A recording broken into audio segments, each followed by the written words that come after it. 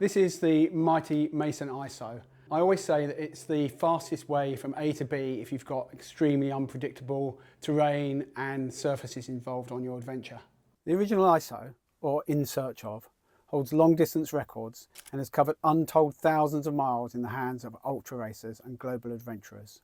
Its geometry and riding position, tuned for long distance comfort, also make it so suitable for everyday adventures. Now, based on over 5 years of rider feedback, we're bringing the ISO right up to date. We're calling it ISO 2. To mark the launch of the ISO 2, we've introduced 2 new colours. Grigio Techno, which we developed for our macro frame, and then by popular demand, this filter yellow, which we've used on the exposure and now brought to the ISO 2. The first batches of ISO 2 come with our exclusive Decade of Detail badging on the seat tube.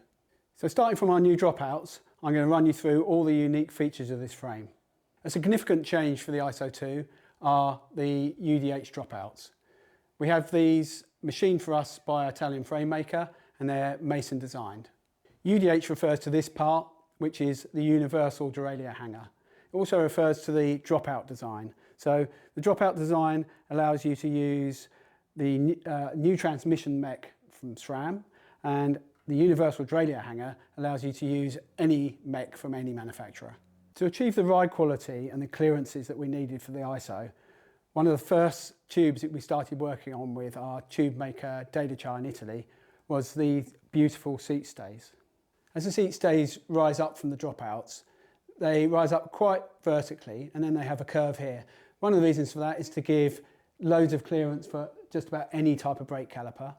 The other reason is a curved tube here gives a bit more compliance and comfort than just a straight tube would. And then as we come up towards the seat tube, you can see that the seat stays flatten right out. So they're ovalised and wide where they meet the seat tube. The seat stays remain very wide here for maximum tyre clearance before they curve in. And there's a beautifully brazed in seat stay bridge here, just in case you want to mount a fender. At the time that we designed the ISO, we had just finished the Boca and 650B wheels were really becoming popular at that time, and the reason for that was that you could get a high volume tyre on a wheel that was around the same overall diameter as a 700C wheel. So what we wanted to do with the ISO was make it even more capable than the gravel bikes that were emerging at the time. This 29 by 2.4 Vittoria Mezcal is a really ideal tyre for this kind of bike. It's a 2.4, but it comes up a bit larger than that, and you can see that there's huge clearance at the seat stays and down here at the chainstays. Another significant change for the ISO 2 is that we've now gone to a T47 threaded BB. The reason for this is that it gives a really stable platform because it's got a very large weld area. It also means that we can revise the routing and make the hoses and cables run through the BB and out to the stays. Another area of the ISO frame that we had to work very hard on was the beautifully tapered and curved shape of the chainstays. Chainstays are 14mm diameter where they're welded to the dropouts, and then you can see that they taper up and flatten out where they meet the BB. As with all frame designs, it's this area that's the difficult part. So what we are trying to do is we're trying to make the biggest tyre size fit here as possible, but also we have the constraint of the chainring here. Working with Dedacciai, we developed this very flat profile here, where it welds to the BB, and you can see it's pinched in, and that allows us to fit a very wide tyre and up to a 36 tooth chainring here. The drive side chainstay has this beautifully reinforced Di2 port, and the non-drive side stay has internal routing for the rear brake. The ISO 2 frame is now internally routed for a dropper post through the T47BB, or of course you can use an electronically actuated dropper post if you like. The ISO seat tube is from Reynolds UK, and it works with our 31.6 diameter posts, and also that means it works with all available dropper posts. Another unique feature of the ISO is this beautifully curved and tapered down tube, and we developed this especially for this frame with Dedacciai in Italy. At the BB and seat tube junction, our down tube has our unique D-form section. Our D-form shape at the base of the down tube makes the tube very wide, but also not too high, because I don't like the weld to be too high up the seat tube, because I know from experience that that can cause cracking at the back of the seat tube. The wide section where our down tube meets the T47BB also helps to make the pedalling platform very stable. Moving up from the T47BB, the tube then goes to a round section, and then you can see it has quite a smooth curve here before it meets the tapered head tube.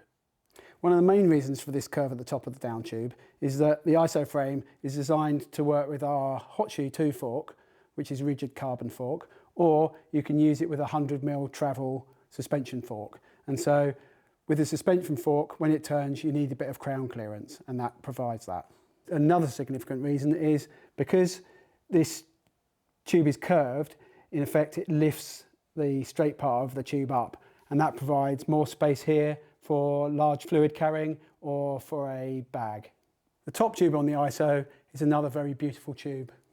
You can see that instead of it being completely straight, there's a very subtle bow on the top tube. And once again, this helps to give the frame a bit more comfort and compliance. Where the top tube meets the seat tube, it's quite a round ovalized shape, and then it flattens and tapers and widens to where it meets the head tube. This very wide front section gives it a huge weld area where it meets the head tube. It also makes it very stable, and the flat section also gives a great stable mounting point for your top tube bag, and if you want to shoulder the bike, it makes it very comfortable.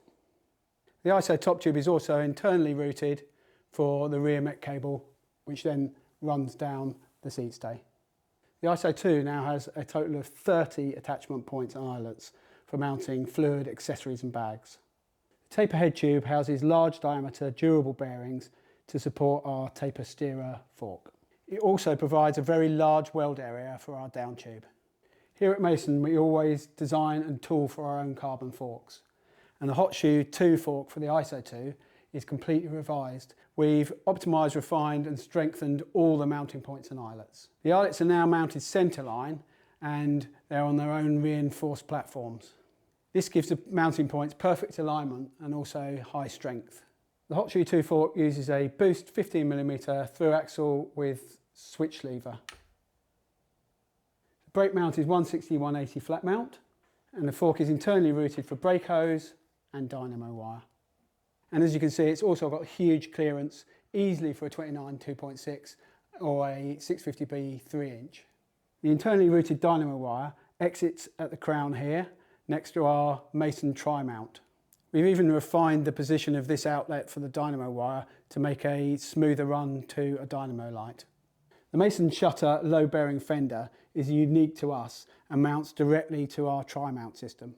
The shutter fender is load bearing and tested to 2 kilograms, and the idea is that you can mount fairly bulky but fairly lightweight items like a bivvy bag or down jacket, so they're easy to get to, but they're not interfering with your handlebars and hands. The fender is compatible with most common types of mounting straps, and there are 2 sets of slots here and here. The fender is very wide at the front to help stop mud and water spray, and then you can see that it kicks up at the rear to help stop mud and water spraying up and entering the headset bearing at the rear. The Mason condenser rack also fits to our tri-mount, and it's designed for larger or bulkier loads, and it's tested up to 8 kilograms. The condenser rack is TIG welded steel, and it's made by a very old rack company in Holland. There's a mounting point for a dynamo light at the top here on the loop, and there's another mounting point for the dynamo light at the front. As with all our Mason models, you can contact us directly for your dream custom build, or you can configure a SRAM or Shimano build directly from our website.